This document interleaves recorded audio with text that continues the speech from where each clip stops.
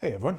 So I'm just back from the Big Data and AI event in Paris, and so I had some thoughts about AI adoption, which I wanted to discuss with you over coffee. So there's been a lot of talk about AI adoption in the news over the last few weeks, and that's probably a good sign. It's a sign of maturity in the market that we're not just talking about, wow, this tech is so cool, but okay, how can we actually get that to the point that it's useful to everyone, not just to make a cool demo, but to actually do something concrete and productive that we can point to.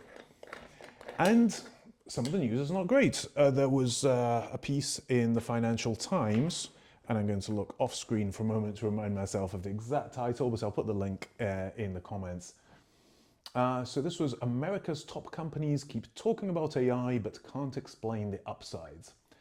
Now, the methodology was interesting because the way that the FT journalists were able to identify this thesis was that they went and combed through a whole bunch of SEC filings, the 10K filing that public companies in the US have to have on file with the Securities and Exchange Commission, and they have to update on a regular basis. Now, I don't know if you've had the pleasure of reading 10K reports or if you're able to sleep unassisted. I have read through a fair number of them in my time for various purposes. And the thing is, A, they're not exactly riveting reading. So interestingly, the FT journalists actually themselves used AI to comb through all of the text, which already sort of undermines their point, but okay, skipping forwards. These documents are definitionally focused on risk. The whole point of a 10K document is to discuss everything that can possibly go wrong with your business so that if any of those things do happen and investors complain, oh, I invested in my company, in your company, pardon, and I lost my shirt, you can say, well, it was right there in the 10K. So you describe everything that could possibly happen in the worst case scenario. Maybe you have a super charismatic genius founder and a lot of the value of the company is tied up in that person and the things that they might be able to do for the company. In the 10K, you will write, this person could get hit by a bus or decide to retire, or something might happen such that they are no longer involved with the business. Maybe you have managed to corner a niche on selling widgets into a particular corner of the market. You will write in your 10K, all sorts of stuff could happen that could cause that market to evaporate through no fault of our own, and so our widgets no longer have the attractive market that they did previously. So that's a 10K.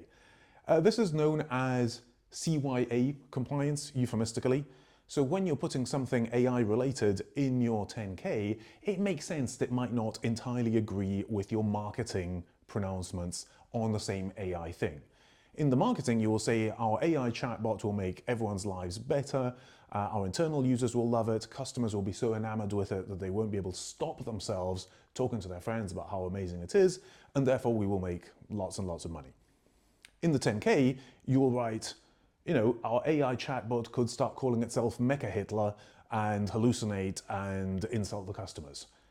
That is normal. That is what the 10K document is for. So I don't find it actually that significant that these companies have a different line on AI in their marketing pronouncements and press releases compared to the one they have in their 10K.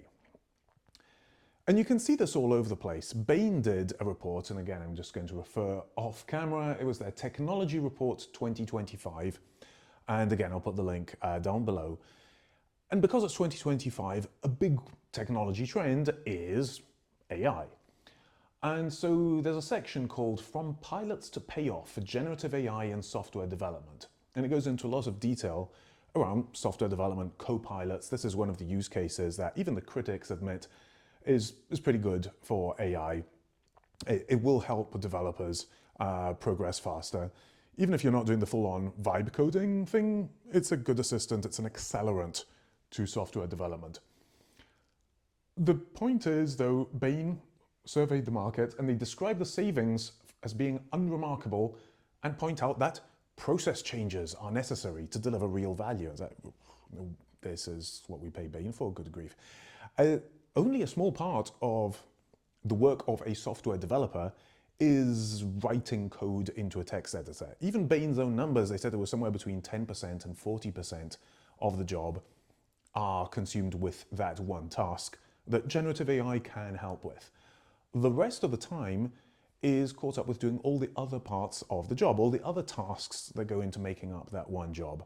A key one is understanding the actual requirements of what is going to be delivered, because that is the sort of thing where all the vibe coding falls down. You tell the chatbot to build something, it'll build something, and then you say, well, it's not quite what I meant. And yes, you had to explain yourself a bit better. Part of the rigor of programming is because computers will do exactly what you tell them to do. Generative AI and chatbots just introduce new ways of doing that, but you still have to be very precise if you want to get back precisely what you're expecting. So Bain's conclusion is yes, a more holistic look at the whole process of software development is going to be required, not just a narrow focus on generating lines of code, which arguably is the least interesting part of the process. And it's not just software development. Another of the traditional use cases that people have brought up as potential success stories for Gen AI is radiology, reading the images that come out of X-ray machines and CAT scans and whatnot. In fact, Geoffrey Hinton, who has credible claim to be called the godfather of AI, said a few years ago already that people should just stop training radiologists anymore. There was no point. AI algorithms would be better at the job very, very soon. And that hasn't quite happened because, again, interpreting the images is only part of the job, but also there are all sorts of different algorithms, potentially hundreds of discrete algorithms that need to be used for different parts of the interpretation, depending on what exactly you're trying to do. And you need an expert human who is aware of where these come from, how they're trained, what they're good for, the orchestration, the management supervision of all of this process.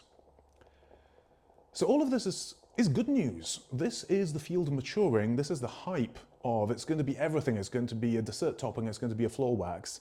The hype is starting to die down, and we're starting to see concretely what it's good for and what is required to extract that goodness, that value.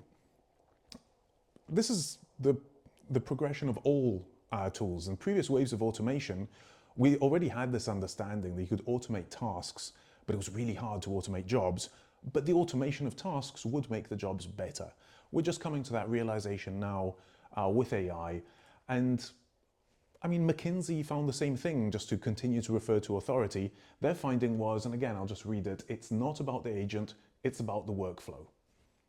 By all means, use Gen AI and agents and whatnot, where that speed and the agility count, but where you need defined, prescriptive, predictable results, then they're probably not the right tech. And there are still parts of the process that aren't and should not be automated that you need the expert humans for. So let's let the AI help. Anyway, thanks for listening. My coffee's brewed. I went a little bit long this time, but I do very much need this coffee because there's a lot going on, and I'll put some links to some of what's going on in the show notes. But for now, thanks for listening as ever, and talk to you next time.